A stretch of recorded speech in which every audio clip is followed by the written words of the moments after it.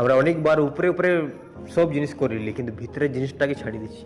পরমেশ্বর ওই জিনিসটাকে বদলাতে চায়। এই জন্য অনেক লোক কি করে এই জিনিসটাকে ধ্যান দেয়নি।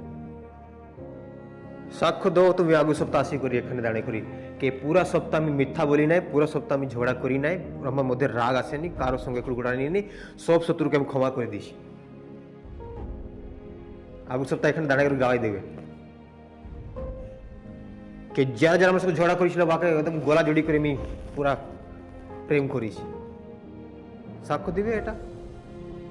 এমন সাক্ষ্য কেনে হয়ে নাই। এটাই বটে চালচরণ আচরণ বদলাচ্ছে। আমি যার সঙ্গে ঝগড়া করেছি তার কাছে জায়গায় ক্ষমা চাইছি, মনে মনে ক্ষমা, ওই ক্ষমা নাই হয়ে। পিতা কি বলছে কে যেরকম তুমি নিজের অপরাধীদেরকে ক্ষমা করো তেমনি তোমারও অপরাধ ক্ষমা করা যাবে। তুমি মনে মনে করছো না, তো মনে মনেই।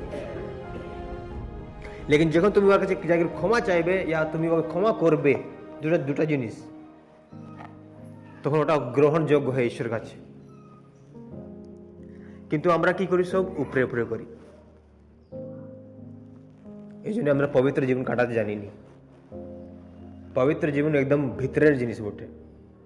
মোটর চলে না তো তল থেকে জল আসে, উপরে থেকে জল আসে, মানে ভিতর থেকে টানি করে আনে। এই জন্য পরমেশ্বর আমাদেরকে ভিতর থেকে বদলাতে চায় कि যখন জলটা বারে আসুক এবং লোক ওটা তৃপ্ত হোক, খাতে। নাহলে আমাদের মধ্যে আর সংসারের লোকের মধ্যে কোনো তফাৎ নেই। ওহো 10টার জন্য ঝগড়া করছে, আমিও 1 টাকার জন্য ঝগড়া করছি।